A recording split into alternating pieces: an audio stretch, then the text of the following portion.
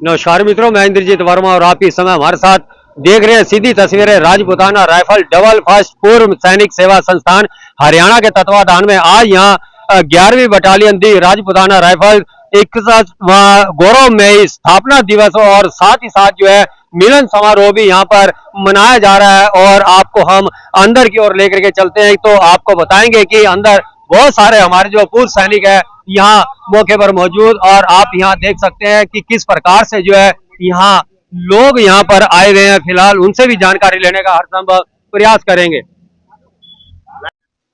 तो आप यहाँ देख सकते हैं कि किस प्रकार से जो है यहाँ हमारे पूर्व सैनिक इस समय देख सकते हैं जो हमारे कारगिल और श्रीलंका का युद्ध और वहां जो कई सैनिक राजपुताना राइफल्स के जो सैनिक शहीद हुए थे उनको ये श्रद्धांजलि अर्पित करते हैं और पहले फूल यहाँ पर उनको अर्पित किए और साथ ही साथ जो है ये सैल्यूट करके जो शहीद हुए हैं जवान उनको यहाँ अपनी श्रद्धा सुमन अर्पित करते हुए आपको नजर आ रहे हैं। और यहाँ देखेगा कि एक एक करते हुए यहाँ पर इस समय पूर्व सैनिक यहाँ लाइन में लग करके आगे आते हुए, और आपको फिर बता दें कि आज जो है यहाँ पर जो शहीद हुए थे राजपुताना राइफल्स के, वह यहाँ पर उनका एक मेमोरियल आपको नजर आ रहा होगा और उसी के आगे जो है पूर्व सैनिक राजपुताना बटालियंस के जितने भी पूर्व सैनिक हैं वह उनको अपने श्रद्धा सुमन अर्पित कर और सैल्यूट करके उनको अपनी श्रद्धांजलि यहाँ पर अर्पित करते हुए आपको नजर आ रहे हैं। फिलहाल आप सभी हमारे साथ बने रहेगा। और दूसरी ओर अगर हम बात करें तो और भी सैनिक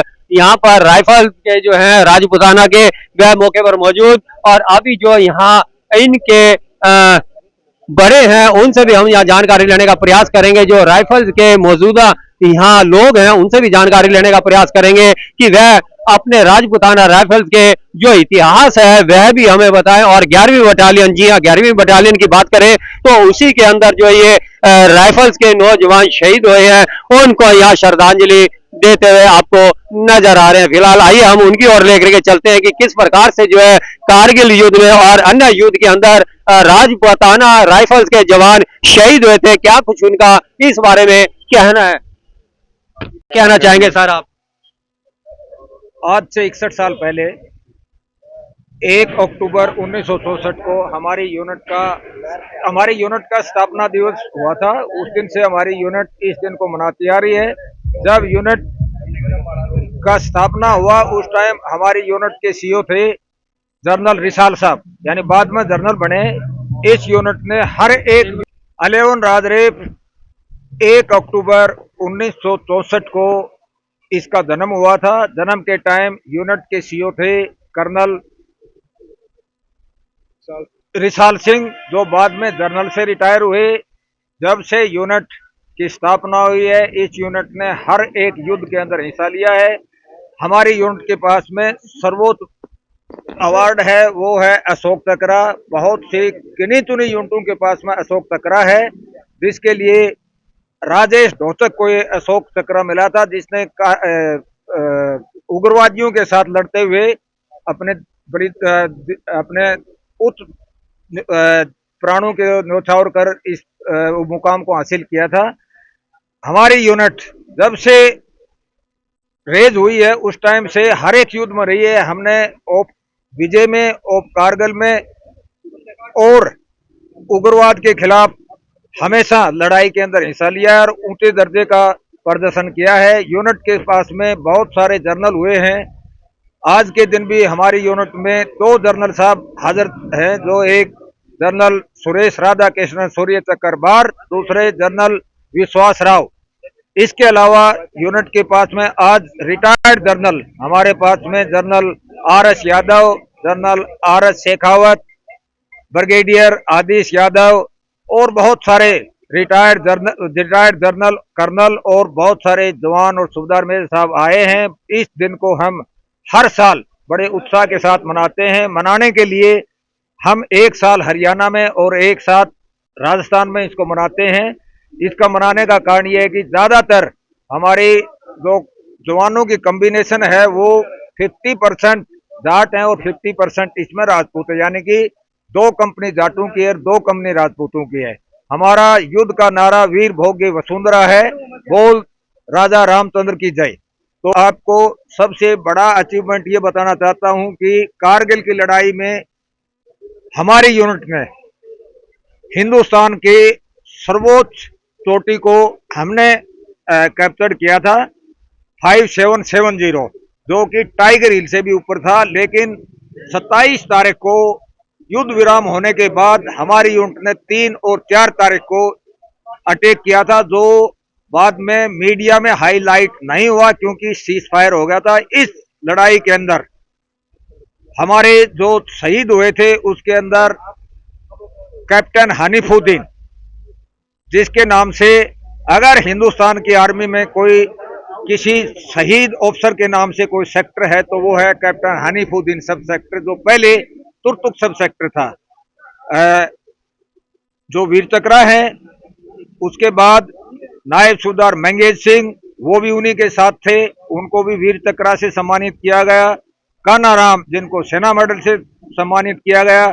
और उस टाइम यूनिट के सीओ थे कर्नल अनिल भाटिया, जो आज हमारे चीफ गेस्ट भी हैं इधर। उनकी अध्यक्षता में यूनिट ने बहुत जबरदस्त काम किया था और हमें आज गर्व है कि हम इस दिन को मना रहे हैं। और हमें यह भी गर्व है कि इंडियन आर्मी की एक इतनी ऊंची खासियत रखने वाली यूनिट के हम एक हिस्सा रहे हैं। सर, आप हमें बताएं कि ये स्थापना दिवस भी है आज राइफल्स का, राजपूताना का। आज हमारा 61वां स्थापना दिवस है। इस स्थापना दिवस पर हमारी यूनिट के जो भी शहीद हुए हैं, जिसकी बदौलत यूनिट का नाम ऊंचा है, हम उनको पुष्प अर्पित कर उनको हम याद करते हैं। इसी मकसद से हम ये इधर 1 अक्टूबर को मनाने के लिए इकट्ठे हुए। तो साथ ही साथ मिलन समारोह भी है कि देर सवेर जो है परिवार होते हैं सैनिकों के, और जितने भी आपके राइफल्स के जो है राजपूताना के जवान, उनके परिवार इस मौके पर इकट्ठे हो जाते हैं, दुख सुख साझा कर लेते हैं। निश्चित रूप से इस दिन हमारे जो पुरानी पीढ़ी के, आज आप देखेंगे कि लगभग 80 से 90 साल के जो सेवानिवृत्त या वेटरन इकट्ठे इधर आए हुए हैं, उनसे हमारा जो नई पीढ़ी है उनसे उनका मिलना हो जाता है। साथ साथ अगर किसी का कोई किसी तरह की दिक्कत है, चाहे वो पेंशन रिलेटेड हो या कोई एडमिनिस्ट्रेटिव रिलेटेड हो, तो हमारे अधिकारी जो इधर आते हैं वो उनकी मदद करने की कोशिश करते हैं। आप इधर देखेंगे कुछ एक हमारी वीरांगना भी आज आई हुई है, जिसमें जिनके पति या जिनका बेटा शहीद हुए। तो आपका पूरा परिचय कैसा है? मैं लेफ्टिनेंट कर्नल ब्रह्म सिंह, जो भिवानी डिस्ट्रिक्ट से बिलोंग करता हूं, और 11 राजरफ में 1997 में मैं आया था और लगातार 20 साल इस यूनिट के साथ रहा। सर, आप क्या कहना चाहेंगे? इन्होंने अभी बताया, बहुत सारी बातें बताई। जैसे कि कर्नल साहब ने सारी बात बताई है। हमने हर युद्ध में, ऑपरेशन विजय, श्रीलंका, ऑपरेशन मेघदूत में 2 बार और ऑपरेशन रक्षम में 2 बार, जिस भी लड़ाई में हमने हिस्सा लिया या जिस भी ऑपरेशन में हमने हिस्सा लिया, उसमें हमने सर्वोच्च हिस्सा भी किया और उसमें प्राप्त किया, और उसमें हमने अवार्ड्स भी हासिल किए हैं। हमारी यूनिट का एक ही मकसद है,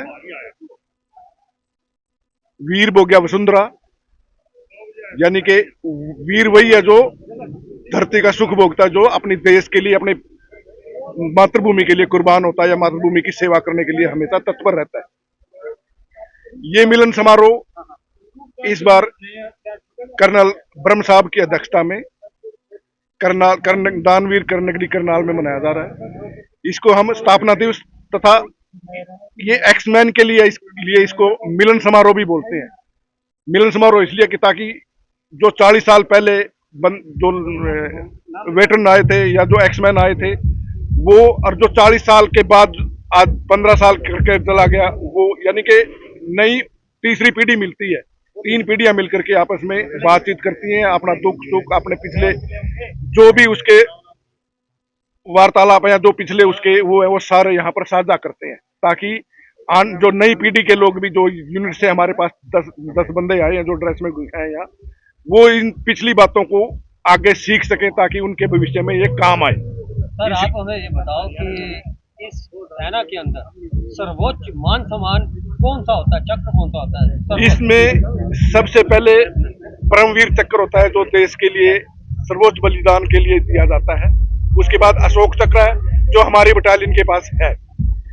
इस दानवीर नगरी करनाल में का एक लड़का जिसका नाम राइफलमैन परवेश था, जिसने इस कारगिल की लड़ाई में अपना सर्वोच्च बलिदान दिया है, कैप्टन हनीफुद्दीन साहब, जिसने यहाँ उसके नाम से जिस चोटी पे हमने कब्जा किया था वो पूरा सब सेक्टर उनके नाम से ही हो गया। ये सेना में बहुत ही कम पाया जाता है कि किसी भी सेना के या किसी अधिकारी के या किसी देशयोगी या किसी जवान के नाम से कोई भी चौकी या वो पूरा सेक्टर ही उसके नाम से कर दिया जाए।